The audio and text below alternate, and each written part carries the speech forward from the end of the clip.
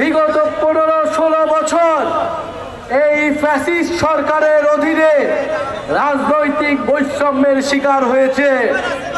বগুড়ার নাম শুনলে কোনো চাকরিতে দেওয়া হতো না, বগুড়ার নাম শুনলে তাকে কোথাও স্থান দেওয়া হতো না, বগুড়া জেলাবাসীকে নির্বিচারে মিথ্যা ভুয়া মামলা দেওয়া হতো। প্রিয় বন্ধুগণ, সমান সুযোগ পাবে। আমরা কোনো বিশেষ সুবিধা চাই না, আমরা কোনো বৈষম্য চাই না।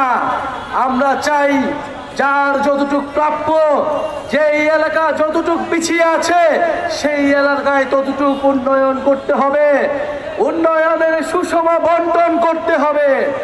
আমরা জানি এই বগুড়া একটি ঐতিহাসিক অঞ্চল।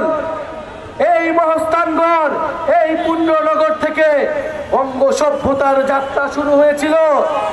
আজকে যেই সভ্যতার পাদস্থলে আমরা দাঁড়িয়ে আছি, কিন্তু দুঃখের বিষয় এই এলাকা দেখলে কেউ বলবে না এইখানে এক সময় সভ্যতার সূতিকাগার ছিল, এই এলাকা এক সময় শিক্ষা দীক্ষা জ্ঞান বিজ্ঞানে পুরা পৃথিবীর মধ্যে একটি বিশেষ এলাকা হিসেবে পরিচিত ছিল।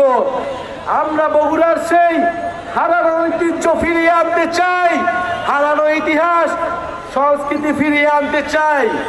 প্রিয় বন্ধুগণ, আমরা দেখতে পাচ্ছি বগুড়া এলাকার যে সিটি কর্পোরেশনের কথা থাকলেও বগুড়া এলাকার অপরিষ্কার অপরিচ্ছন্নতা এখানে নাগরিকদের ভোগাচ্ছে, নাগরিকরা নানান সুবিধা থেকে বঞ্চিত হচ্ছে।